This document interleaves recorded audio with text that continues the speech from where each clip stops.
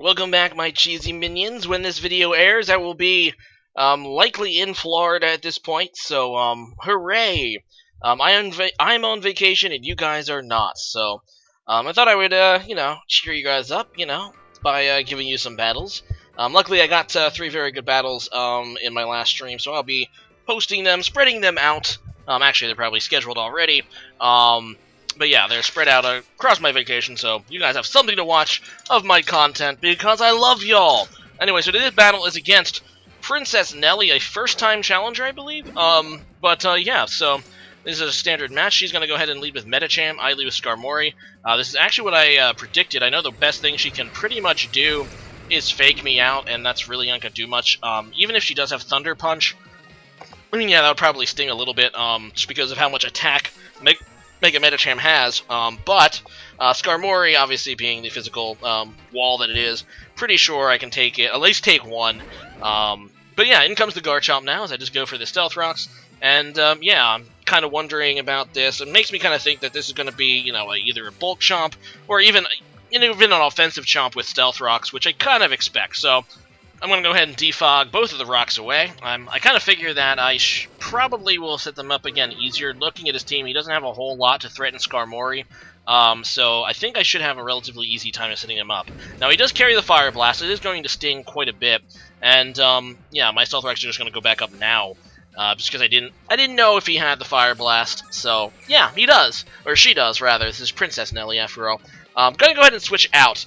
She might try to set up these Stealth Rocks again, but either way, I'm just going to go to a Mimikyu because that's what I kind of think, and she does go for the Stealth Rocks. So there you go, and now my Mimikyu got a free switch in here, still has the Disguise. I'm going to go for the Swords Dance, knowing that I have a free turn, and yeah, she's probably going to want to break the Disguise and not give me a free setup, but now she's in a predicament because depending on what she switches in, and if I get the prediction correct, I should be able to nail what it is. I'm kind of thinking she's going to stay in for that reason. I'm just going to go for a regular play rough. I do have the Mimikyu Z.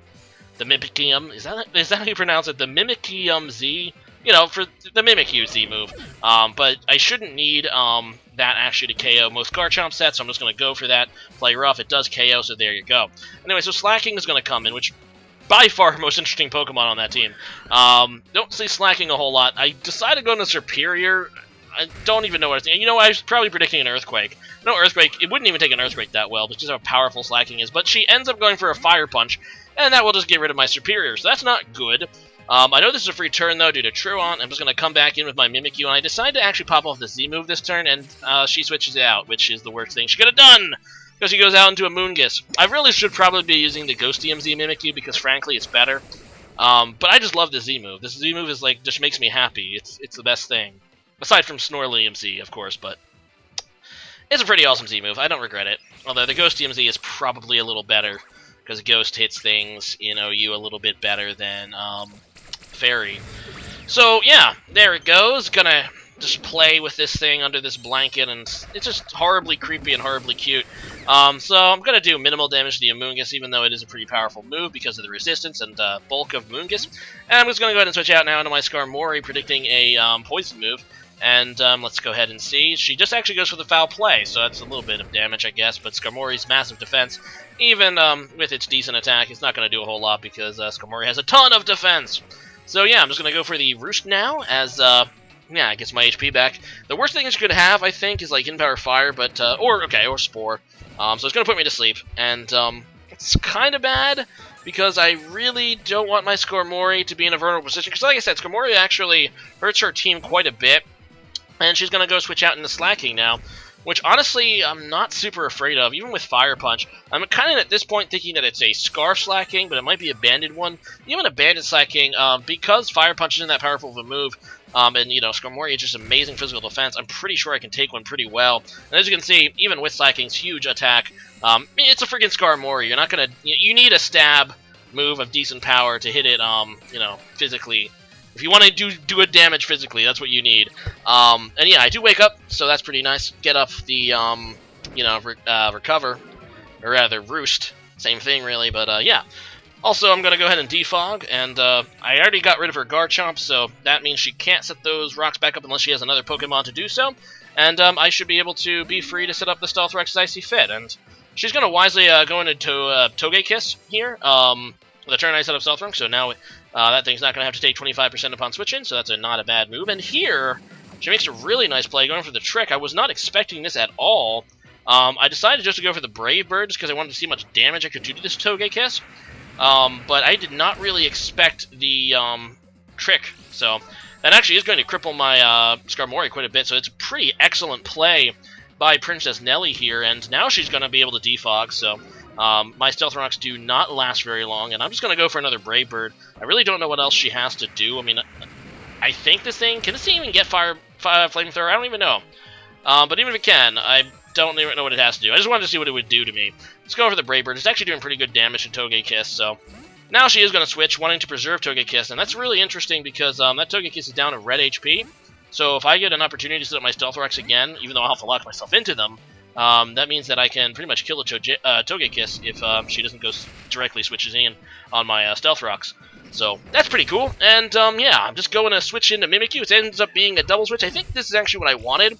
I wanted to get some decent damage here with a Shadow Sneak on this Jirachi, but as you can see, this is actually going to be a bulky Jirachi of sorts, because it doesn't do that much, and yeah, she's obviously going to kill me now with Iron Head, but I'm pretty sure this is bulky Jirachi, as we see the leftovers as well. So I am just going to go ahead and set up those rocks. That will effectively kill the Togekiss, I believe, because I don't think she has another way to defog.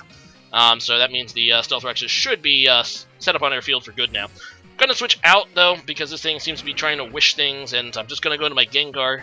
But she makes a good play in U-turns now, and U-turns directly into Slacking, and I'm like, oh, man, I can't really do much damage to Slacking. I'm going to try to switch out, but unfortunately, another great play by PrincessNeli here to put me kind of in a bind. She goes for the Pursuit. So now I know that this thing's locked into Pursuit, but it is going to be able to kill my Gengar. And Gengar is no slouch. It's not a bad Pokemon, and it didn't run to lose it, darn it. But this is all I'm going to go to a Pinsir. And here I was so close to hitting Swords Dance. I really should have hit Swords Dance. But I was kind of convinced this thing was like, I don't even know. She's going to go ahead and go to Togekiss, which is a good play, I guess. Fearing that I might actually go for like Return or something. I really should have went for Swords Dance. I just went for their close combat. I didn't want to like... I wanted to deal damage to the Slacking if she wanted to keep it in, but there's really no reason because she was locked into Pursuit. It made no sense. I don't know why I did that. That was a bad play, but yeah, I'm just going to get frustrated and go for that frustration against this here Amoonguss. But she actually carries the Koba Berry, so I don't know. I guess this is like... I don't know. I don't know what the logic is, but it worked out for her there. Maybe Koba Berry, maybe that's a thing on Moongus. But either way, it's going to lower the damage of my flying-type moves, and means I won't be able to 1-hit KO this thing with frustration. And now she's going to put me to sleep, and I'm like, okay. I should be able to wake up. I mean, as long as I'm not, like, max turns of sleep, come on, I should wake up. Nope, that's going to be max turns of sleep, which is really not good for me, because this actually puts me in a huge hole. I mean, I should have been able to do decent damage here to her with Pinsir, but now I'm in real trouble. I go into my Staraptor. This is a Banded Staraptor, so if her Slacking is Scarfed, it's going to be outsped by that. Else it's probably going to be a Speed tie. But I have to, it's pretty much my one chance at this point. I'm just going to go for a U-turn to go into my Skarmory. My Skarmory can still wall a good portion of his team, but the problem with Skarmory is I can do absolutely nothing to that Jirachi, and that Jirachi is pretty much free to heal as it pleases.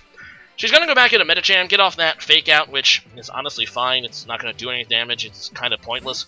Probably not even worth the Stealth Rock damage that she took on Medicham for that.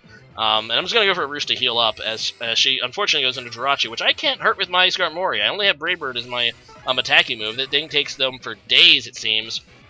And she has a Wish to recover, so this is a really bad, matchup for me. So I'm just going to go into Staraptor. I'm really hoping she does an Iron Head for some good damage. Instead, she does go for the Wish, so I'm thinking, okay, does she want to heal up a Pokemon? Or is she going to stay in? I eventually decided to U-turn thinking she's going to switch out, but no, she stays in with the Jirachi, so I'm going to get good damage there, but it doesn't really matter because I'm just going to be forced to switch into my Skarmory again, as she goes for an Iron Head to get damage on my Staraptor. But unfortunately, that means the Jirachi's back to full health, and I really don't know how I'm going to pull this off at this point, just because of this Jirachi. I decided to just go for the Brave Bird here. I don't even know why, and wither this thing down. Wish has really poor PP, so maybe I can, like... make her waste the wishes. Really, yeah, I'm not going to be getting anywhere with that. But fortunately for me, she actually decides to go for the U-turn, which I was like, oh, I mean, I guess that's okay. So in comes Metacham. She's going to go ahead and fake out again. I'm like, okay, I'm just going to try to go for the Brave Bird, hoping that she may predict a switch and try to kill my Staraptor, and she does go for the Ice Punch. I don't know why I would be going into Staraptor here. Like, it seems like a completely unnecessary risk. But, yeah, she was clearly predicting that I would predict her to go into Jirachi and go to my Staraptor. But she stays in with the Metacham, which allows me to take it out, which is fantastic. And now she's going to go into Slacking to get off that Fire Punch. So I was like, oh, well, suddenly I have a chance with Staraptor, but, and this is a big but, if this thing is Scarfed and she switches out, I lose, because I have to go for close combat to kill the Slacking. She is going to go ahead and switch into Jirachi. I'm not super worried about beating Jirachi, even though it is technically a speed time, because I think this is a bulky Jirachi, so I don't think it's going to be carrying max speed. And I go for the close combat. Unfortunately, she switches out. So it's really going to come down to whether that Slacking is Scarfed or Banded. If it's Banded, it's a 50-50 chance, because I will be able to take out this Jirachi now with close combat. If it's a Banded Slacking, it comes down to a speed roll. If he's Scarfed, he just straight out wins, because he can kill me at -2 easily. Obviously, I have lower defense to do close combat. But, yeah, Slacking comes in, and I actually outspeed. I was thinking the whole time this thing was freaking Scarfed, but it's actually Banded, and I actually win a freaking speed tie for once to take down the Slacking and pull off a pretty big upset.